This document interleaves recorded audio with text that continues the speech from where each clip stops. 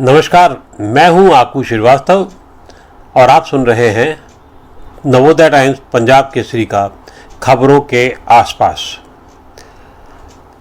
उत्तर प्रदेश में जब से जनसंख्या नियंत्रण कानून को लेकर के बातचीत शुरू हुई है, तब से एक अलग तरीके की पूरे देश में हलचल सी मच गई है कि ये क्या होने जा रहा है। तय है, योगी आदित्यनाथ उत्तर प्रदेश के मुख्यमंत्री ने ये घोषणा बहुत सोच समझ के की कि अगर 2 बच्चे होंगे परिवार में तो उनको प्रोत्साहित किया जाएगा और एक नई जनसंख्या नीति के तहत उनको आगे बढ़ाया जाएगा और जिनके बच्चे कम ज़्यादा होंगे उनको हतोत्साहित किया जाएगा, उनको सरकारी नौकरियों में हतोत्साहित किया जाएगा, उनको अस्पतालों की सुविधाएं कम हो जाएंगी और विभिन्न चीज़ें हैं जो जनसंख्या नियंत्रक कानून बनाने की मसौदा जो पेश हुआ है उसको लेकर के।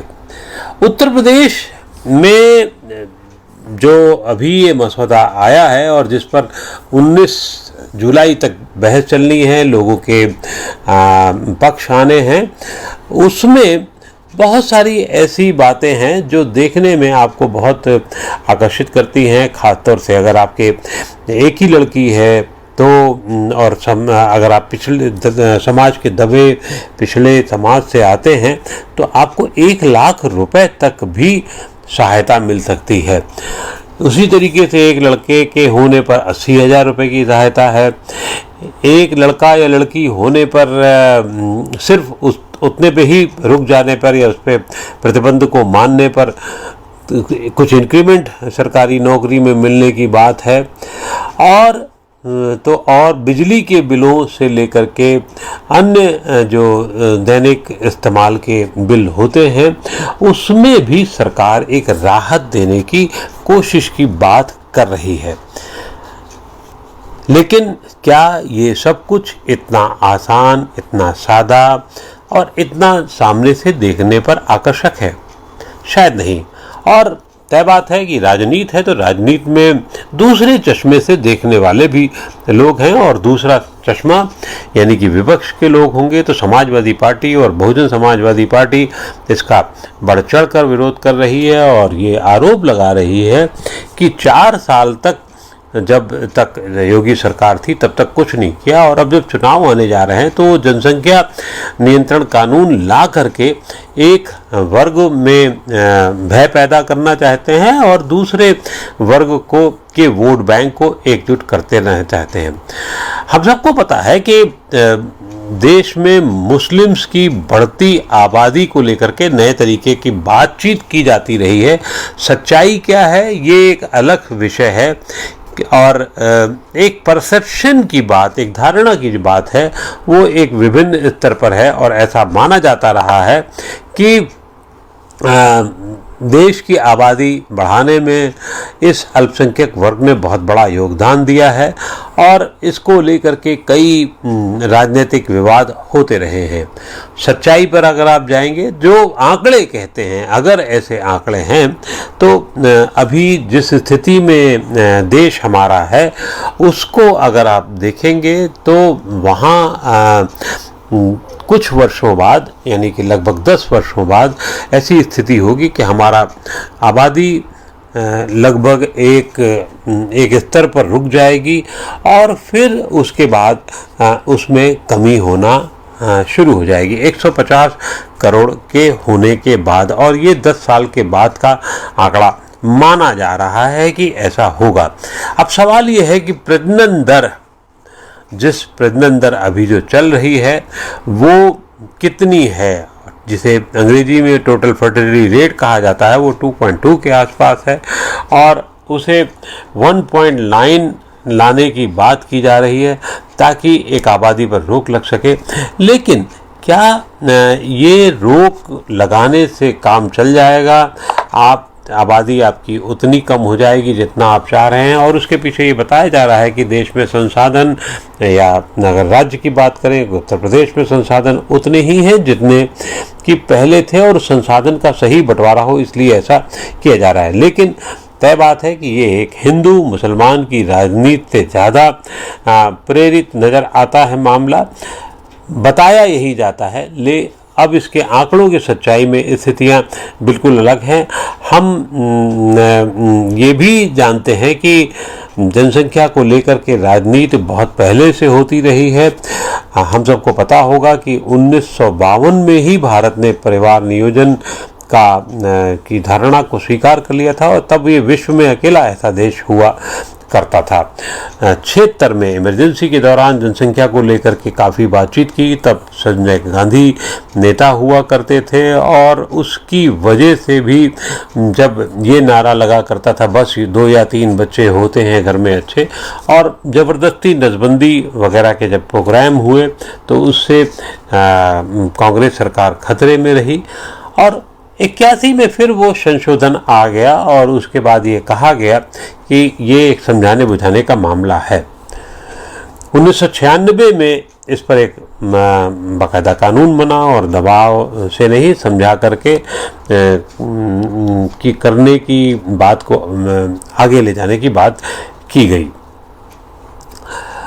तब से अब तक यही चल रही है। कोई बहुत नियम कानून सच उस पर हावी नहीं हो रहे हैं, लेकिन अब नियमों की विभिन्न राज्य इस पे अपने अपने तरीके से नियम लाते रहे हैं, लेकिन उत्तर प्रदेश के इस कानून ने एक बहस कर दी है और ये होगा तो कितना नुकसान होगा वगैरह वगैरह बातें की जा रही हैं। और तो और केंद्र भी अब शायद इस पर आगे बढ़ने की कोशिश कर रही है। सांसद राकेश सिन्हा इस पर बाकायदा एक निजी बिल लाने की तैयारी में हैं। लेकिन परिवार नियोजन की नीति को लेकर के 2 आपत्तियां बहुत महत्वपूर्ण हैं। पहली आपत्ति भारतीय जनता पार्टी या आरएसएस के घटक दल या घटक संगठन विश्व हिंदू परिषद की है, जिसने कहा है कि सिर्फ एक बच्चा होने पर अतिरिक्त लाभ नहीं दिया जाना चाहिए।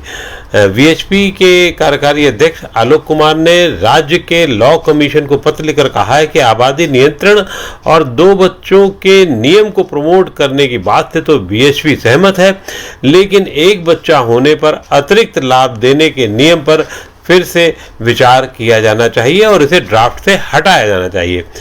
उन्होंने कहा ड्राफ्ट में जो कहा गया है कि एक तय वक्त में टोटल फर्टिलिटी रेट जो 1.7 लाना मकसद है, उस पे विचार होना जरूरी है, क्योंकि आबादी स्थिर रहे, देश की आबादी युवा रहे, तो इसके लिए फर्टिलिटी रेट 2.1 से ज़्यादा ही होना चाहिए, कम नहीं होना चाहिए।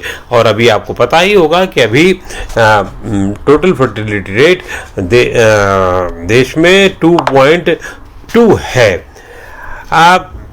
एक और जो घटक दल है एनडीए का, वो जनता दल यूनाइटेड, उन्होंने भी इस पर सवालिया निशान उठाया और नीतीश कुमार ने तो, बिहार के जो मुख्यमंत्री हैं, ने तो साफ कह दिया है कि जनसंख्या नियंत्रण कानून कि बिहार में कोई भी ज़रूरत नहीं है।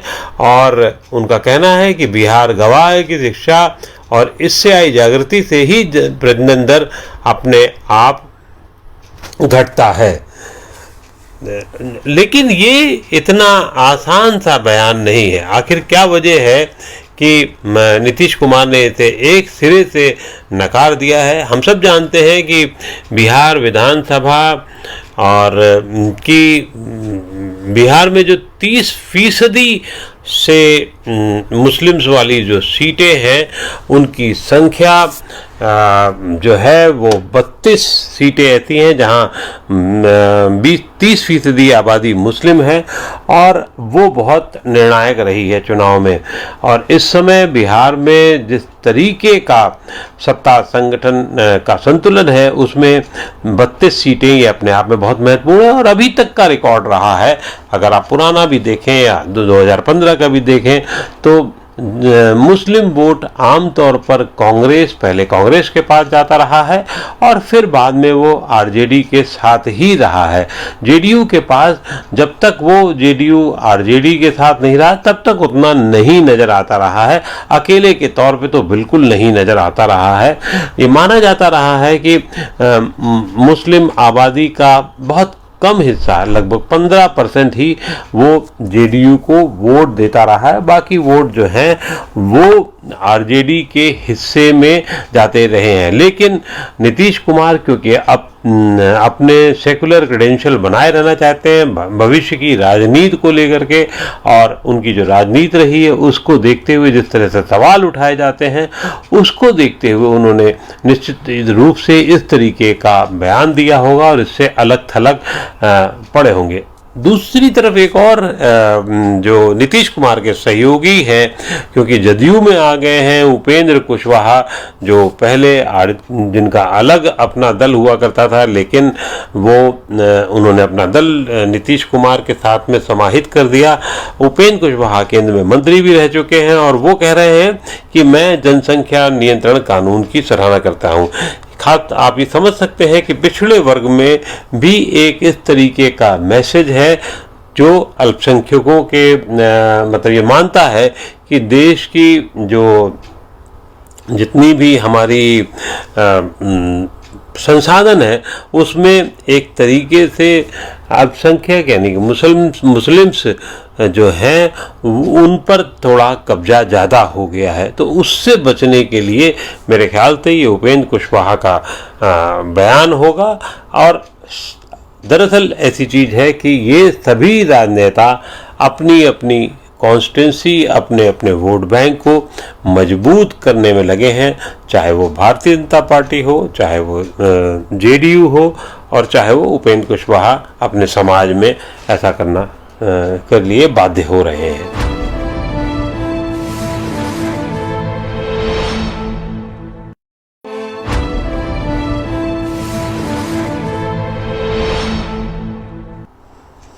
नमस्कार, मैं हूं आकू श्रीवास्तव और आप सुन रहे हैं नवोदय टाइम्स पंजाब केसरी का खबरों के आसपास।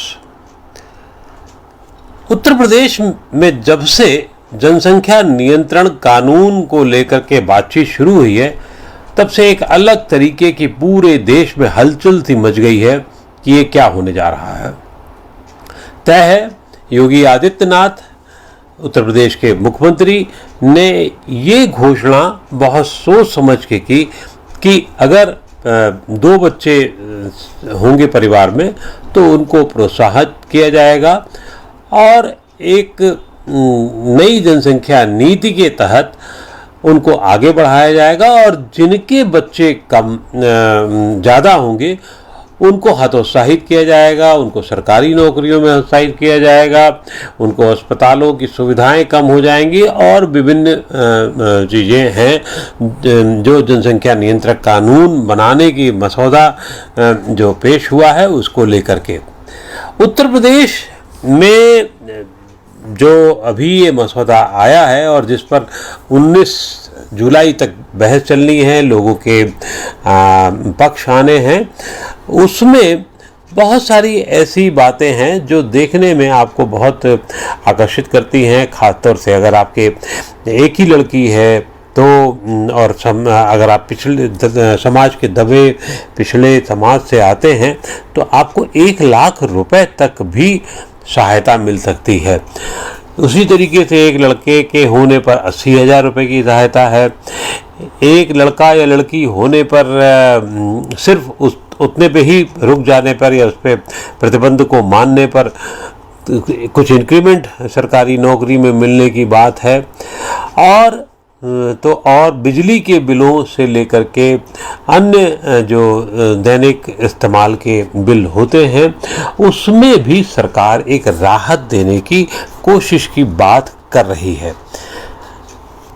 लेकिन क्या ये सब कुछ इतना आसान, इतना सादा और इतना सामने से देखने पर आकर्षक है?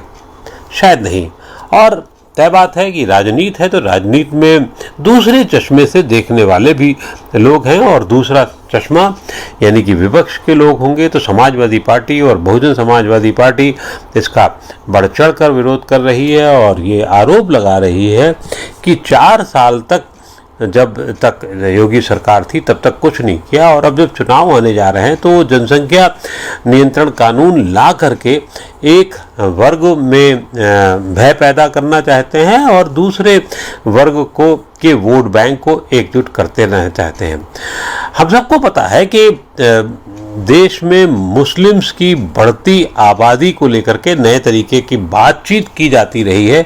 सच्चाई क्या है ये एक अलग विषय है, और एक परसेप्शन की बात, एक धारणा की जो बात है वो एक विभिन्न स्तर पर है, और ऐसा माना जाता रहा है कि देश की आबादी बढ़ाने में इस अल्पसंख्यक वर्ग ने बहुत बड़ा योगदान दिया है, और इसको लेकर के कई राजनीतिक विवाद होते रहे हैं। सच्चाई पर अगर आप जाएंगे, जो आंकड़े कहते हैं, अगर ऐसे आंकड़े हैं तो अभी जिस स्थिति में देश हमारा है उसको अगर आप देखेंगे तो वहाँ कुछ वर्षों बाद, यानी कि लगभग 10 वर्षों बाद ऐसी स्थिति होगी कि हमारा आबादी लगभग एक स्तर पर रुक जाएगी, और फिर उसके बाद उसमें कमी होना शुरू हो जाएगी 150 करोड़ के होने के बाद, और ये 10 साल के बाद का आंकड़ा माना जा रहा है कि ऐसा होगा।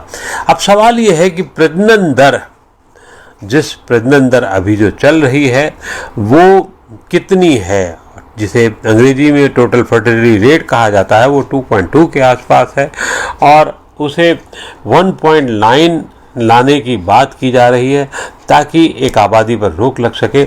लेकिन क्या ये रोक लगाने से काम चल जाएगा?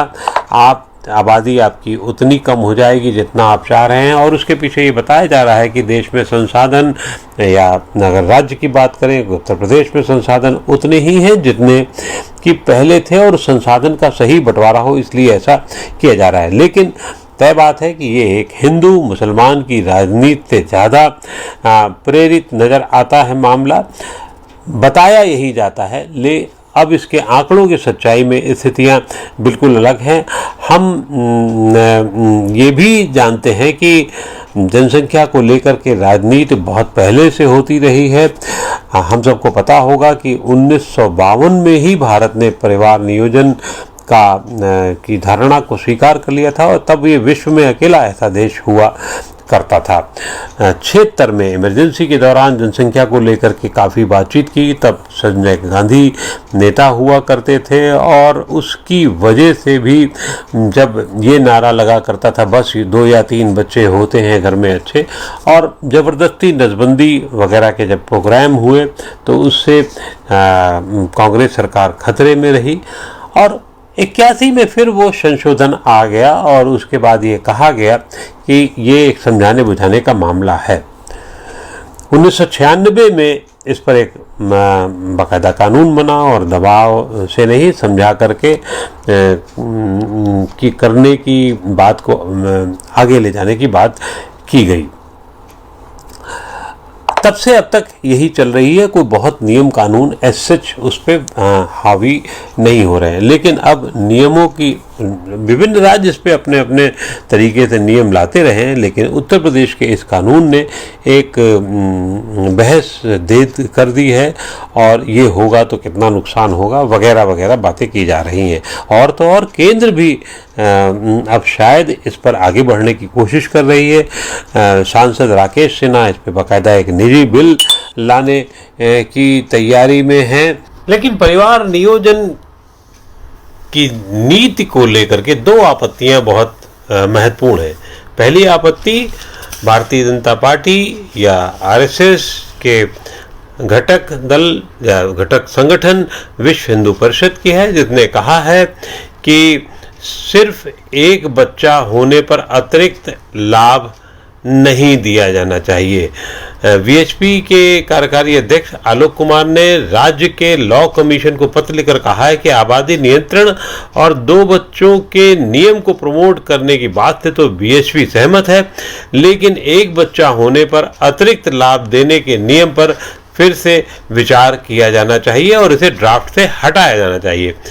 उन्होंने कहा ड्राफ्ट में जो कहा गया है कि एक तय वक्त में टोटल फर्टिलिटी रेट जो 1.7 लाना मकसद है, उस पे विचार होना जरूरी है, क्योंकि आबादी स्थिर रहे, देश की आबादी युवा रहे, तो इसके लिए फर्टिलिटी रेट 2.1 से ज़्यादा ही होना चाहिए, कम नहीं होना चाहिए। और अभी आपको पता ही होगा कि अभी टोटल फर्टिलिटी रेट देश में 2.2 है। एक और जो घटक दल है एनडीए का, वो जनता दल यूनाइटेड, उन्होंने भी इस पर सवालिया निशान उठाया और नीतीश कुमार ने तो, बिहार के जो मुख्यमंत्री हैं, ने तो साफ कह दिया है कि जनसंख्या नियंत्रण कानून कि बिहार में कोई भी ज़रूरत नहीं है। और उनका कहना है कि बिहार गवाह है कि शिक्षा और इससे आई जागृति से ही प्रजनन दर अपने आप घटता है। लेकिन ये इतना आसान सा बयान नहीं है। आखिर क्या वजह है कि नीतीश कुमार ने इसे एक सिरे से नकार दिया है? हम सब जानते हैं कि बिहार विधानसभा और बिहार में जो 30% से मुस्लिम्स वाली जो सीटें हैं, उनकी संख्या जो है वो 32 सीटें ऐसी हैं जहां 30% आबादी मुस्लिम है, और वो बहुत निर्णायक रही है चुनाव में। और इस समय बिहार में जिस तरीके का सत्ता संगठन का संतुलन है, उसमें 32 सीटें ये अपने आप में बहुत महत्वपूर्ण है और अभी तक का रिकॉर्ड रहा है। अगर आप पुराना भी देखें या 2015 का भी देखें तो मुस्लिम वोट आमतौर पर पहले कांग्रेस के पास जाता रहा है और फिर बाद में वो आरजेडी के साथ ही रहा है। जेडीयू के पास जब तक वो जेडीयू आरजेडी के साथ नहीं रहा, तब तक उतना नहीं नज़र आता रहा है। अकेले के तौर पे तो बिल्कुल नहीं नज़र आता रहा है। ये माना जाता रहा है कि मुस्लिम आबादी का बहुत कम हिस्सा, लगभग 15% ही वो जेडीयू को वोट देता रहा है। बाकी वोट जो हैं वो आरजेडी के हिस्से में जाते रहे हैं। लेकिन नीतीश कुमार क्योंकि अपने सेकुलर क्रेडेंशियल बनाए रहना चाहते हैं भविष्य की राजनीति को लेकर के, और उनकी जो राजनीति रही है उसको देखते हुए जिस तरह से सवाल उठाए जाते हैं, उसको देखते हुए उन्होंने निश्चित रूप से इस तरीके का बयान दिया होगा और इससे अलग थलग पड़े होंगे। दूसरी तरफ एक और जो नीतीश कुमार के सहयोगी हैं, क्योंकि जदयू में आ गए हैं उपेंद्र कुशवाहा, जो पहले जिनका अलग अपना दल हुआ करता था, लेकिन वो उन्होंने अपना दल नीतीश कुमार के साथ में समाहित कर दिया। उपेंद्र कुशवाहा केंद्र में मंत्री भी रह चुके हैं और वो कह रहे हैं कि मैं जनसंख्या नियंत्रण कानून की सराहना करता हूँ। आप ये समझ सकते हैं कि पिछड़े वर्ग में भी एक इस तरीके का मैसेज है जो अल्पसंख्यकों के मतलब ये मानता है कि देश की जो जितनी भी हमारी संसाधन है उसमें एक तरीके से अल्पसंख्यक यानी कि मुस्लिम्स जो हैं उन पर थोड़ा कब्जा ज़्यादा हो गया है। तो उससे बचने के लिए मेरे ख्याल से ये उपेंद्र कुशवाहा का बयान होगा। और दरअसल ऐसी चीज़ है कि ये सभी राजनेता अपनी अपनी कॉन्स्टिट्यूंसी, अपने अपने वोट बैंक को मजबूत करने में लगे हैं, चाहे वो भारतीय जनता पार्टी हो, चाहे वो जेडीयू हो, और चाहे वो उपेंद्र कुशवाहा अपने समाज में ऐसा करना कर लिए बाध्य हो रहे हैं।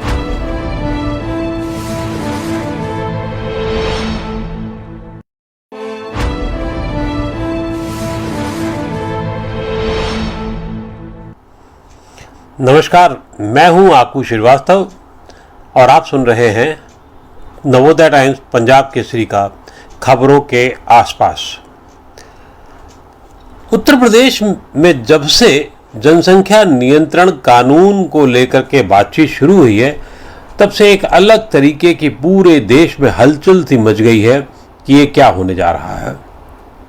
तय है, योगी आदित्यनाथ उत्तर प्रदेश के मुख्यमंत्री ने ये घोषणा बहुत सोच समझ के की कि अगर दो बच्चे होंगे परिवार में तो उनको प्रोत्साहित किया जाएगा और एक नई जनसंख्या नीति के तहत उनको आगे बढ़ाया जाएगा और जिनके बच्चे कम ज़्यादा होंगे उनको हतोत्साहित किया जाएगा, उनको सरकारी नौकरियों में हतोत्साहित किया जाएगा, उनको अस्पतालों की सुविधाएं कम हो जाएंगी और विभिन्न चीज़ें हैं